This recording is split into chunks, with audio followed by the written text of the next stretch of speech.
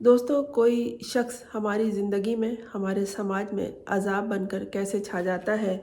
مصیبت بن کر یا عافیت بن کر کیسے لوگوں کا جینا حرام کر دیتا ہے۔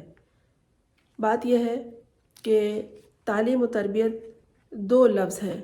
یہ ساتھ ساتھ ہوتے ہیں، یہ ایک دوسرے کے ساتھ لازم و ملزوم ہیں۔ والدین اپنے بچوں پر، اپنی اولاد پر تعلیم کے لیے اسی لیے زور دیتے ہیں کہ اگر ان کی اولاد کی اچھی تعلیم ہو جائے گی تو اس کی تربیت بھی ہو جائے گی۔ تاہم جب والدین مال و زر کو ہی سب کچھ سمجھ لیں تو سمجھو کہ ان کے خود خاندان کی تباہی ہو گئی۔ اور اگر معاملہ لڑکی کا ہو یعنی بیٹی کا ہو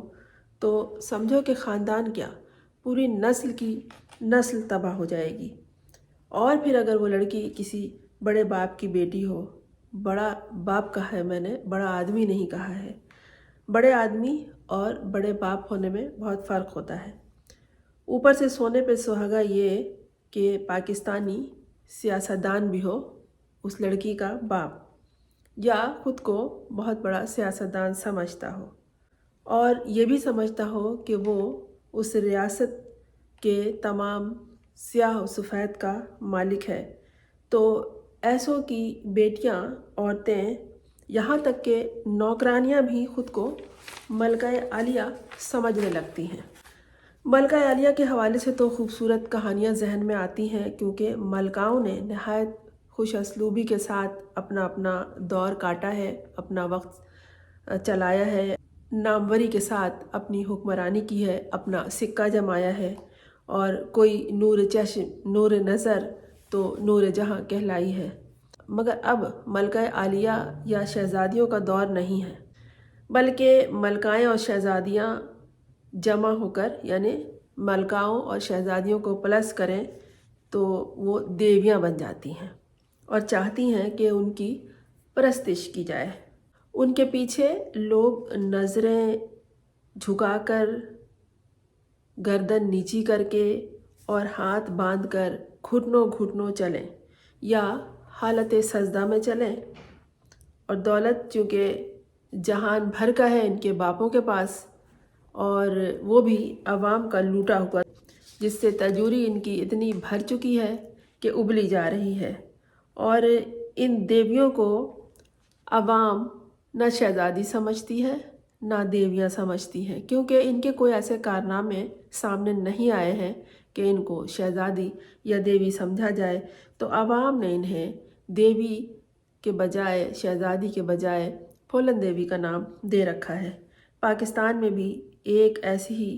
پھولن دیوی موجود ہے جو ہر سطح پر انتقامی کارروائی کرتی ہے اور پھولے نہ سماتی ہے۔ اس پھولن دیوی سے زیادہ حسین و جمیل پاکستان کی سرزمین پر اور کوئی لڑکی نہیں ہے، اگر ہے بھی تو سامنے آنے کی جرات کبھی نہ کرے۔ ذہانت و فطانت اور قابلیت سے تو اس پھولن دیوی کو کوئی سروکار نہیں۔ ہاں، کچھ کارنامے اس کے منظر عام پر آ گئے ہیں، جن میں وہ پرانے زمانے کی ظالم شہزادیوں یا ظالم بادشاہوں یا ظالم جادوگروں کی طرح سر قلم نہیں کرواتی، اور کروا بھی نہیں سکتی اس دور میں، بلکہ وہ لوگوں کا، انسانوں کا قتل کروا دیتی ہے، اغوا کر کے ٹارچر سیل میں ڈلوا دیتی ہے۔ اور وہ آپ کو یاد ہے ارشد شریف کیسے اس کے ادھر سے ادھر دوڑا کے پاکستان سے دبئی، دبئی سے کینیا، اور پھر اس کو قتل کروایا وہاں باقاعدہ ٹارگٹ کر کے۔ اور وہ عمران ریاض خان کا اغوا آپ کو یاد ہے، جس کی زبان کھینچنے کی کوشش کی گئی تھی، اور پاکستان کی وہ تعلیم یافتہ نامور خواتین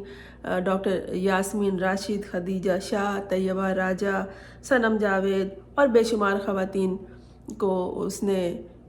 جیل میں ڈلوایا ہے۔ اس کی جو ہابی ہے وہ ہے لوگوں کو خریدنا، انسانوں کو خریدنا، عہدوں کو خریدنا،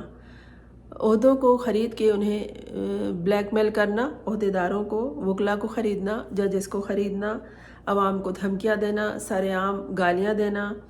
اور اگر کچھ سمجھ نہ آئے تو مطلب جہاں ان کی دال نہ گلے وہاں عورت کاٹ کھیلنا، اس کا شیوا ہے۔